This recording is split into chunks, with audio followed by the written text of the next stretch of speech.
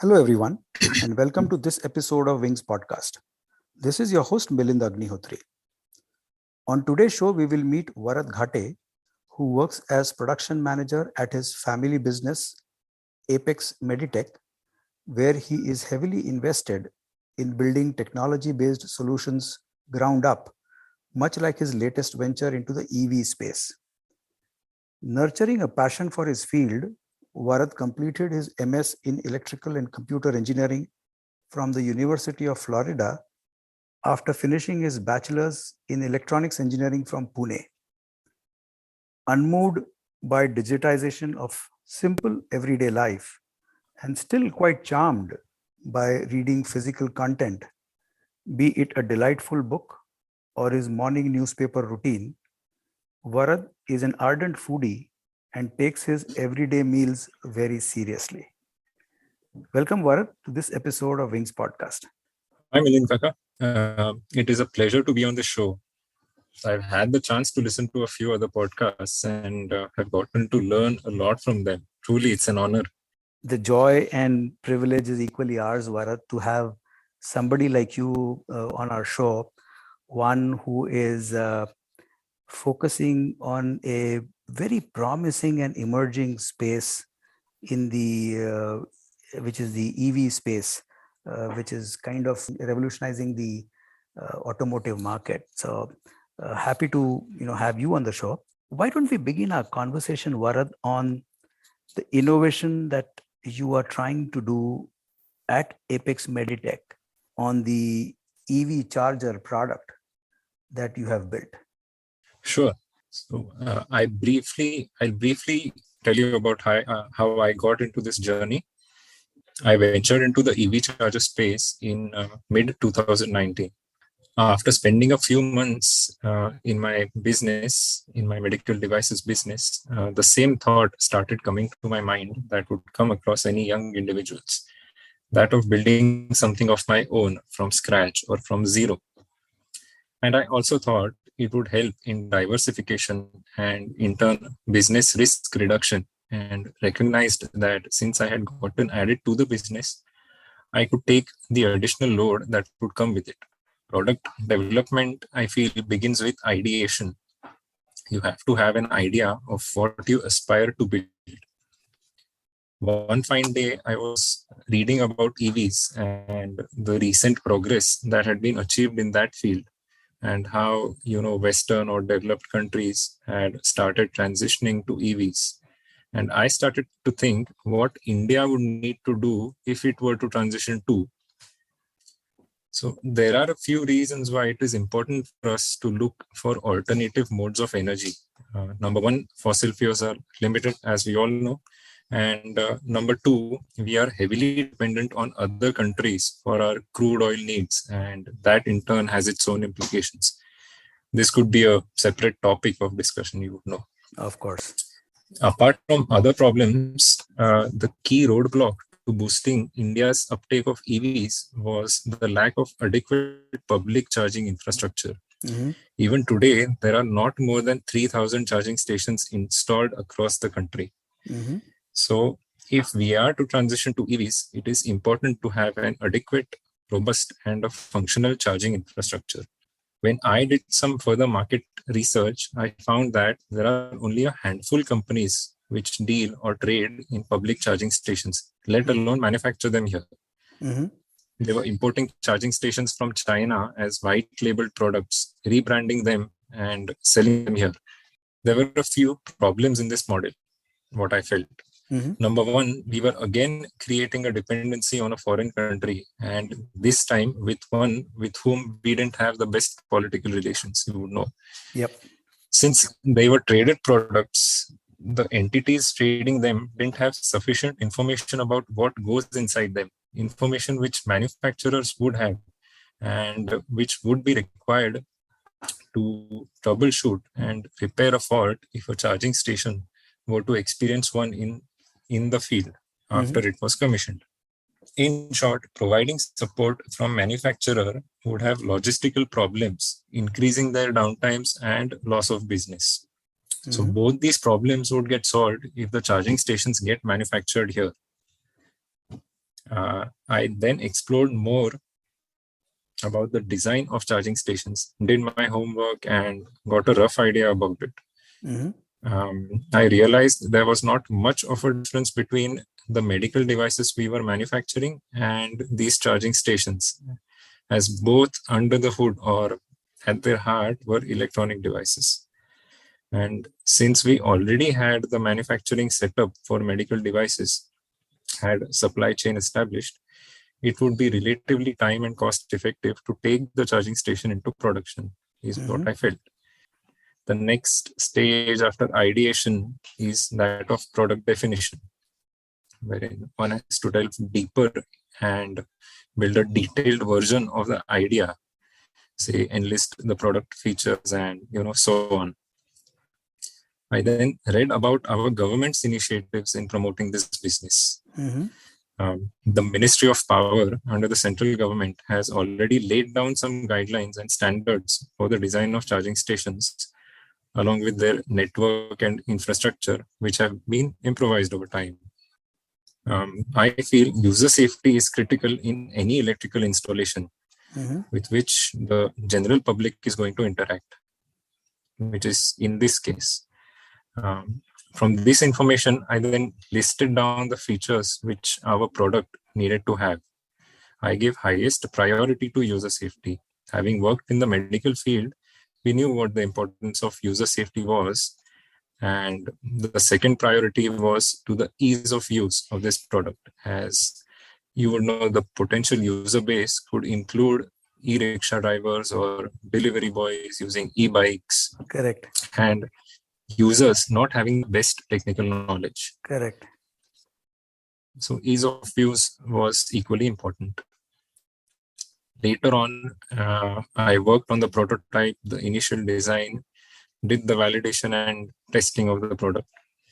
And in parallel, I also reached out to a few people who were in the business of trading chargers and offered my product to them Mhm. and managed to convince them how it would be a better alternative than importing it. So towards the end of the development process, I already had an order in hand. So Wow. in that way, I was fortunate enough, I would say. Mm.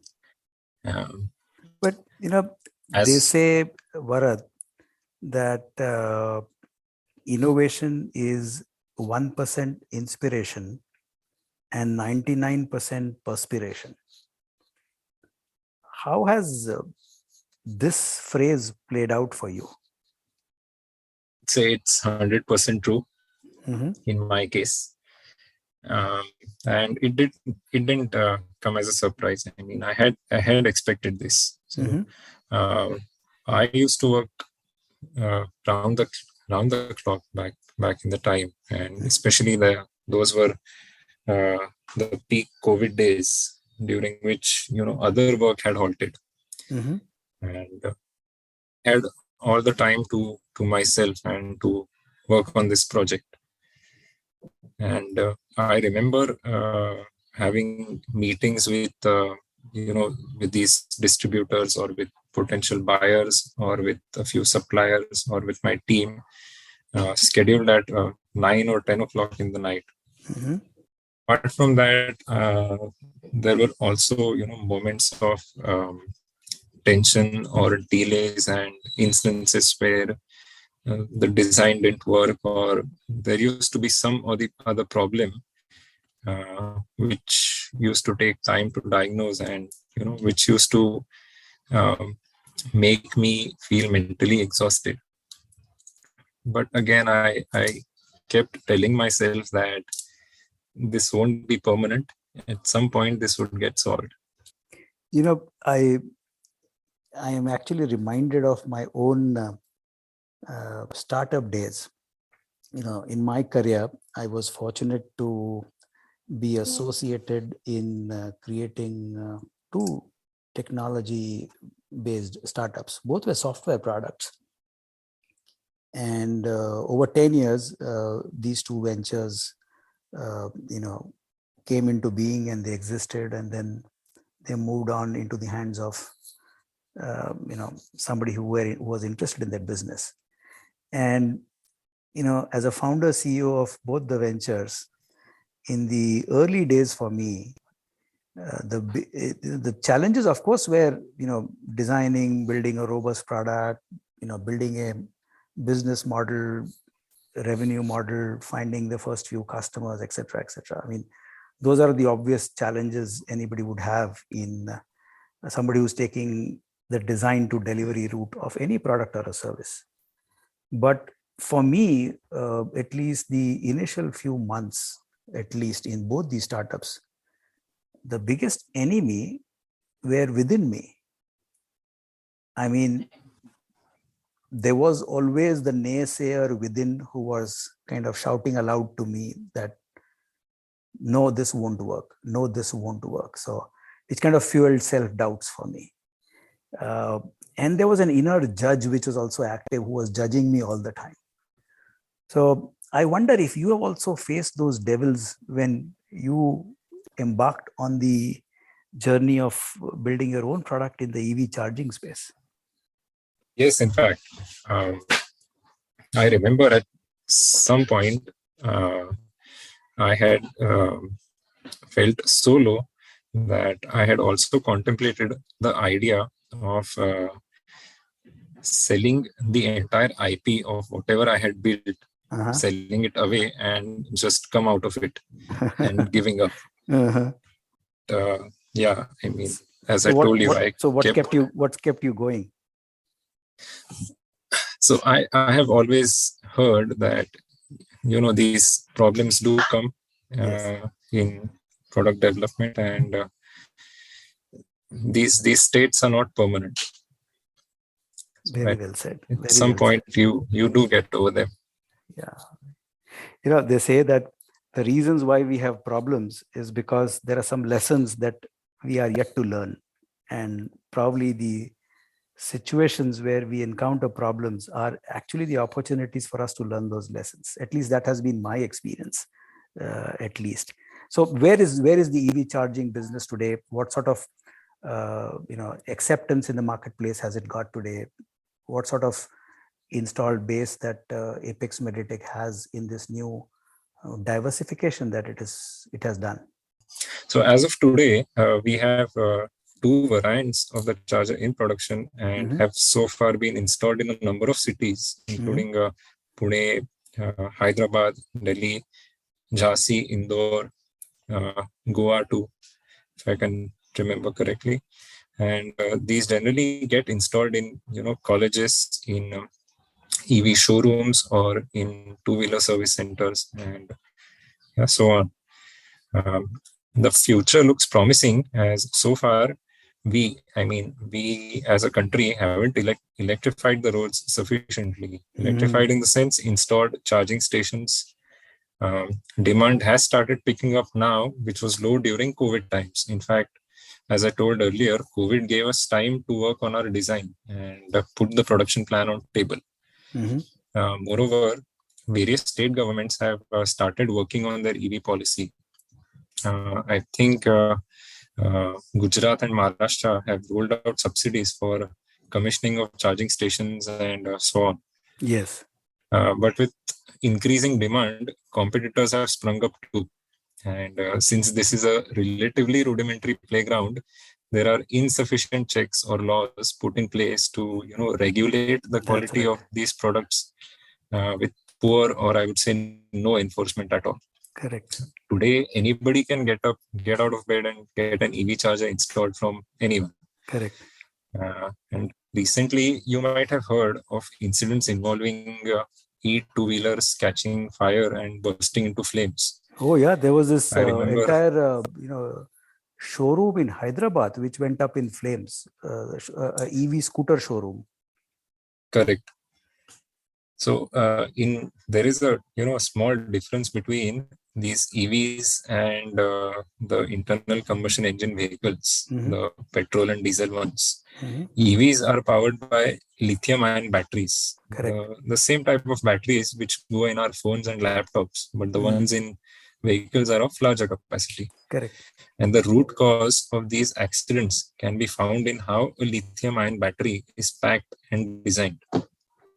Now, these fires were a result of poor thermal management of the battery packs. These batteries are to be charged in a specific way or a pattern. In technical terms, it is called charging profile. Now, if this charging profile is not maintained, it can result into overheating or, in technical terms, thermal runaway inside batteries. Correct. This also reduces the quality and life of the battery. The government has laid down standards on the safety checks that need to be carried out by the charging station while charging an EV. We have included all those checks in our system and gone a step ahead and added a few more checks. And having worked in the medical field, we are already aware of the importance of user safety. But Varad, you did your master's in the US, in the University of Florida, in electrical and computer engineering. And I would like to believe that much of the design elements of your EV charger that you have built here in Apex Meditech in India does involve a lot of electrical and computer engineering technology. Wouldn't it have been easy for you to actually do this business in the US? I mean, you were educated with your master's in a prestigious university. What made you look back and come to India and do this business? Because it's tough. It's not easy. I mean, they say ease of doing business in India has significantly improved, but it is far away than what it actually should be. You were in a country and in a marketplace which would have given you much easier way of doing this business. Yeah, so I'll tell you why I came back. Towards the end of my bachelor's, following the herd mentality, just like everyone else, I had decided to pursue masters from a US university. Okay. And that's when I got admitted to the University of Florida, got a small scholarship, and went to the US in late 2016. However, unlike others, I had decided to come back to India after graduation, even before I went. Oh, okay. There were a couple of reasons behind it. My family was here, and someone had to look after my parents. And being the only child, I felt it was my duty to be with them. Second, we had a well-performing family business. Not that it was devoid of any problems. In fact, on the contrary, there were lots of problems, I would say. But again, I've always thought when there are problems, there are opportunities to solve them. And the one who manages to solve them unlocks a pot of gold. Correct. I came back to India after completing my master's. Later on, I even worked at Mitsubishi Electric Research Labs in Boston, and came back in late 2018. And in the 2 years of my stay in the US, I had quickly gotten used to living there. The people, the culture, the maturity, the friendliness of people over there. And when I came back, it was a shocker. The roads were poorly constructed, traffic wasn't disciplined, people weren't that friendly. And during those days, after I had come back, I even said to myself, my God, what have I done? Have I taken a wrong decision? But later on, slowly and steadily, I got used to it once again and started appreciating it here. So in hindsight, I don't think it was that bad. We as a country are trying to improve, and we'll get there someday for sure. I mean, I'm positive. There's no problem. So regarding, manufacturing opportunities, I believe India is well placed compared to the US. I mean, US no doubt is a developed economy, having a good GDP and so on. But when it comes to manufacturing or this supply chain, I feel that India is well placed.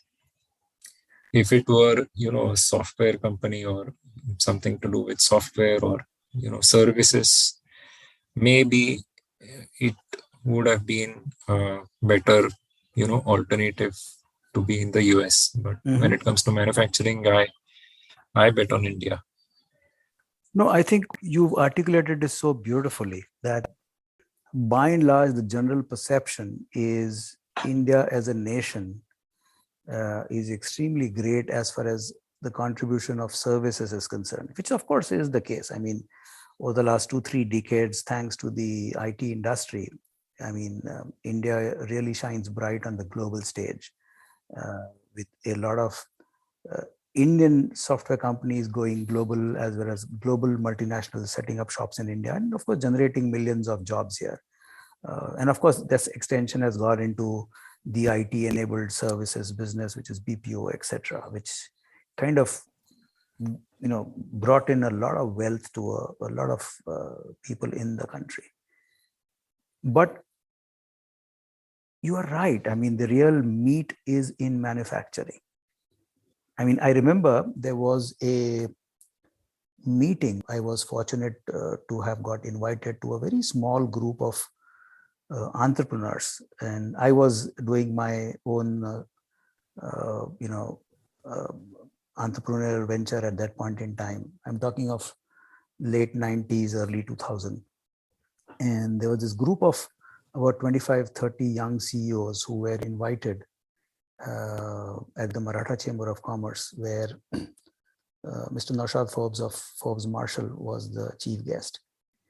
And interestingly, uh, Nandan Nilankani of Infosys was amongst us in the audience. A lot was being discussed about manufacturing versus services.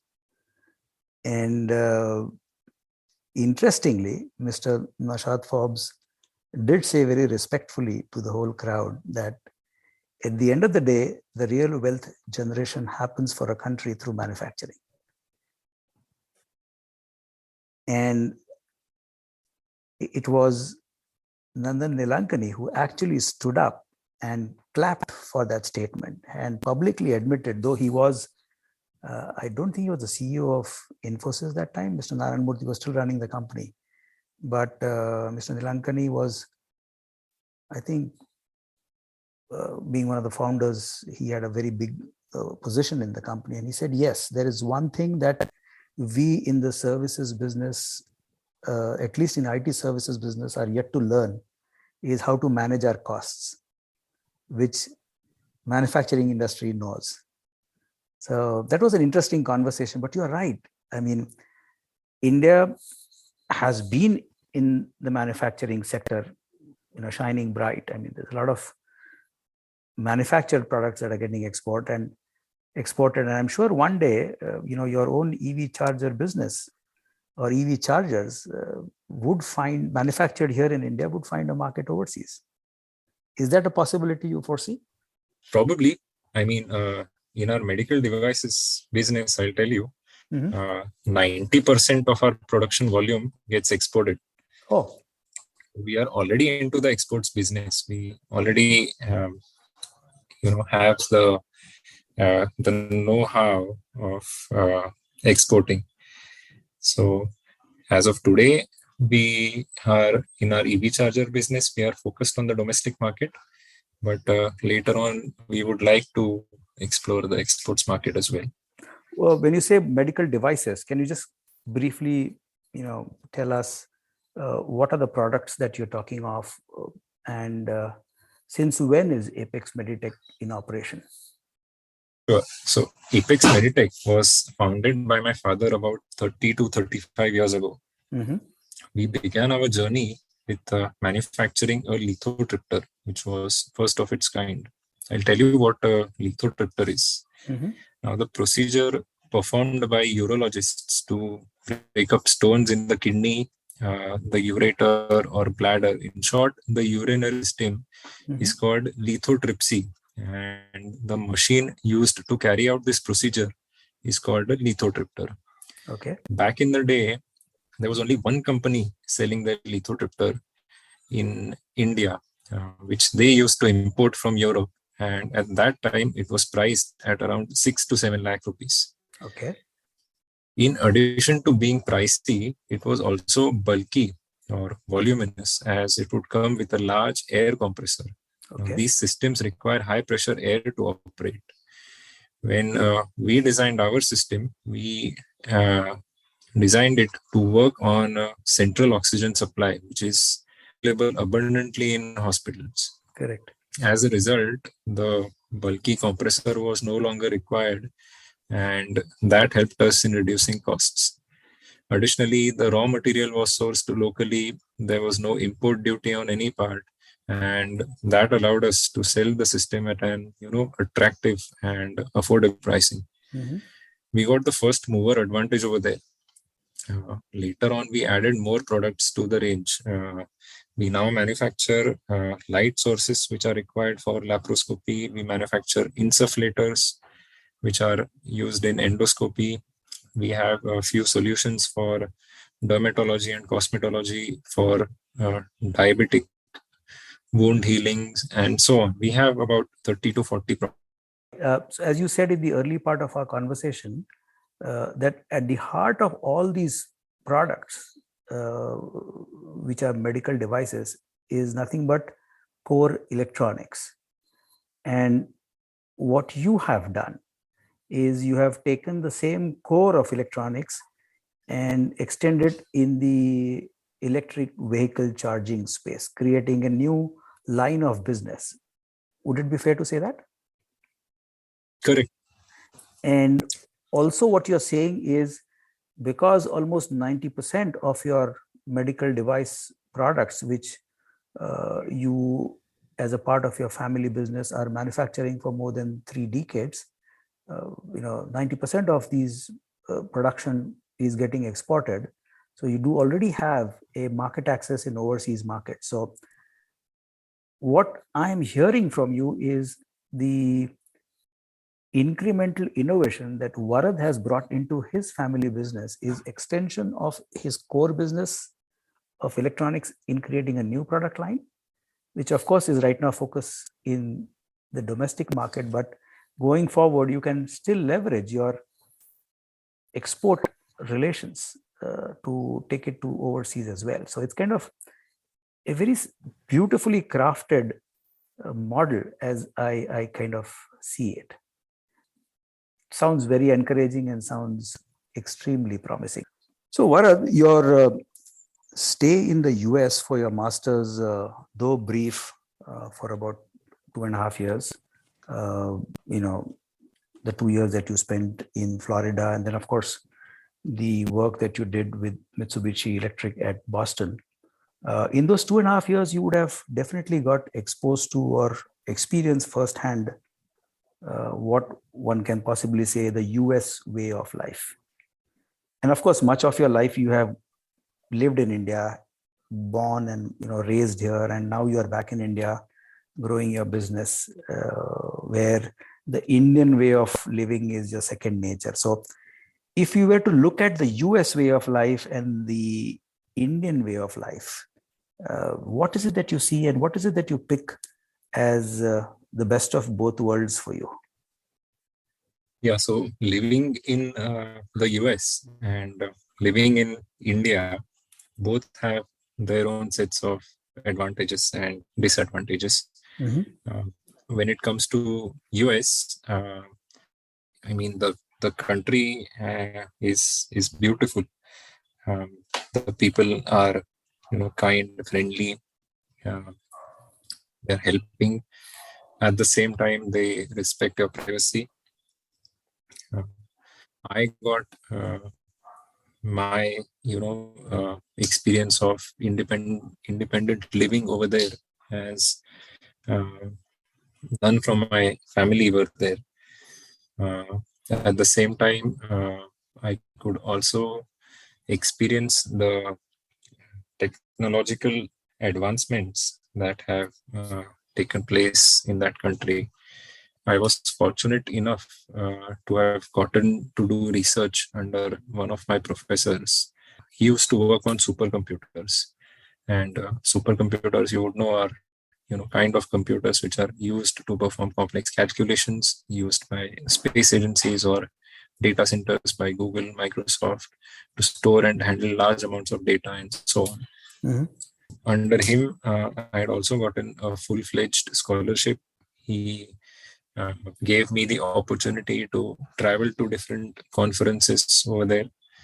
So I got a lot of exposure over there, and also at Mitsubishi Electric Research Labs, where I did my internship and later on uh, job for some time. I got to learn a lot over there too.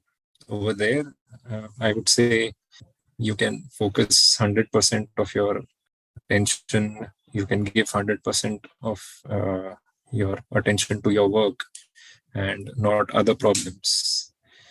On the contrary, in India, as I've said earlier, there are lots of problems. When you're working on a certain project, you get to dedicate only 50% of your time to that project, and the remaining 50% you have to solve problems related to it. But again, they shape you as a human being. There are benefits over here too. No, It's a populous country. I think of these people as a family, as a big family. I have my own personal joke. I mean, I haven't lived in the US, but I have traveled there several times for business as well as pleasure. When I look at India, one of the and I often joke on a lighter note that in the US, if you go to any city and go to any place and you turn left 4 times, you actually reach the same place where you started. Whereas in India, you start from one point and turn left 4 times, you may actually land up at completely different place.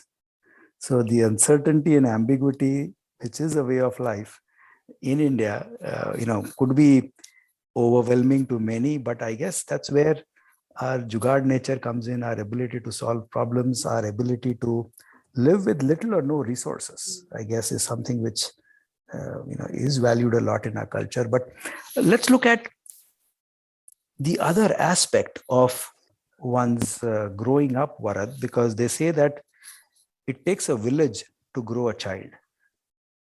And as we grow up, there are a lot of people around us who nurture us, care for us, shape us, influence us in ways which may remain unknown for a long time. So in your case, who have been your influencers within the family or outside as you were growing up in India? There's a popular saying that goes, you are the average of the 5 people you spend the most time with. Okay. I do believe in it. And I would say, starting from my grandfather, he was one of the most humble and decent persons I have known. He was at the Fingerprint Bureau at the Maharashtra CID and later on was a national badminton umpire. Oh. Observing him taught me the importance of physical fitness in one's daily life. And thanks to him, I take fitness seriously and begin my day with an hour's session of gym. I believe it keeps me not just physically but mentally fit too. Mm-hmm. Well, coming to my father, I think if I say my grandfather was one of the most decent persons, I would say my father is the second most decent person I've ever met. Mm-hmm. I've always seen him remain calm and patient in the most tensed and pressing situations and take rational and calculated decisions rather than emotional ones. Mm-hmm. So I try to learn that from him daily. My mother is a highly energetic, cheerful, and a positive person with an affinity towards cooking. Now, that's where my love for food comes from. I absolutely love to and live to eat. That's also a reason why I exercise daily, so that I can eat without worrying about gaining too much weight. And as I said in your introduction, you take your everyday meals very seriously. That's again thanks to my mother, who has made it must do or a part of our routine, our family's routine, wherein we all gather at the lunch or dinner table. Nowadays, it's difficult to have lunch together as we have moved to a office and don't get time to have lunch at home. Earlier, we used to uh, come home and have lunch. So, Varad, with this amazing journey that you have had, and I would like to believe that your story has just begun, and a lot is or will is in store for you going future. So, at this stage and age in your life, when you look forward, what is it that you see for yourself? What sort of dreams and hopes you have for yourself, and what kind of anxieties and fear that go hand in hand with that? So, looking forward professionally, I would say I plan to cut down the time I spend on the shop floor more, mentor employees and delegate those duties away, and spend more time in the design department, as that's what my education has been in and that's what interests me more. At the same time, in a few months I would be getting married and starting new life with my friend, my fiance Natasha. What is called as work-life balance would need to be considered now. Earlier, it used to be just work, as I didn't have a life, I would say.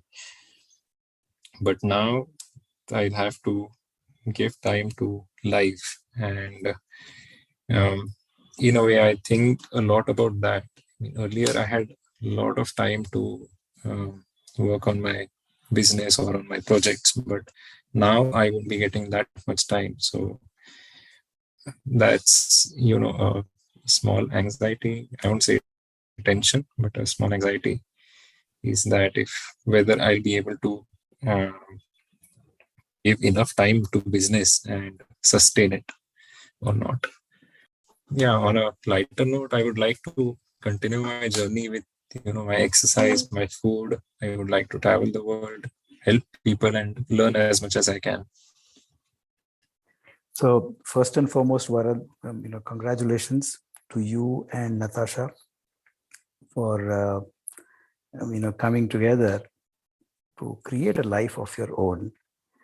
And I can say for sure, having been married for almost 30 plus years, that there is no book in the world which can ever tell you how to navigate this phase of one's life.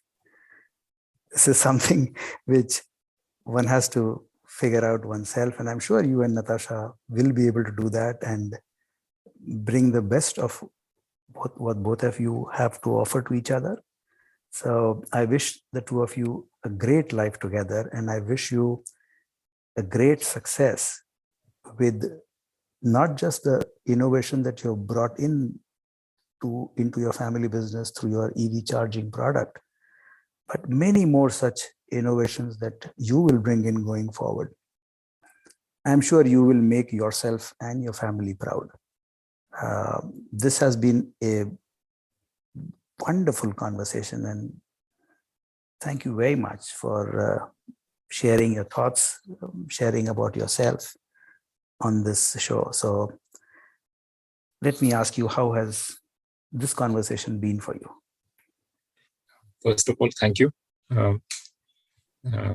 Thanks a lot.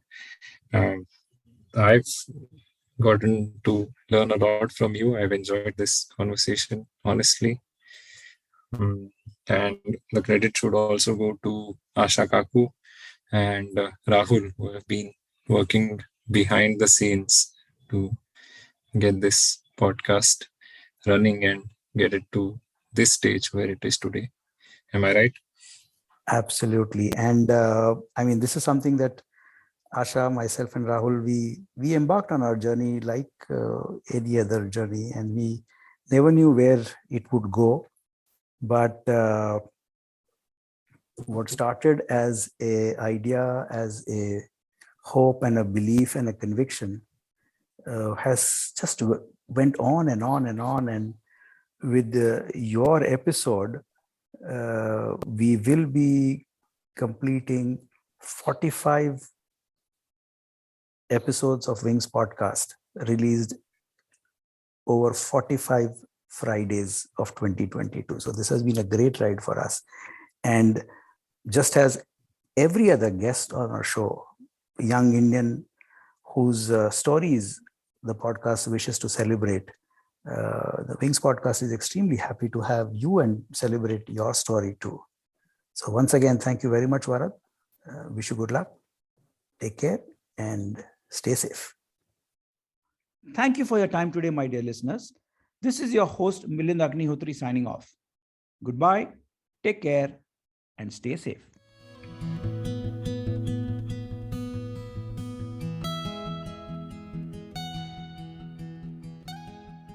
This podcast is for general information purposes only and should not be considered as a piece of any professional advice.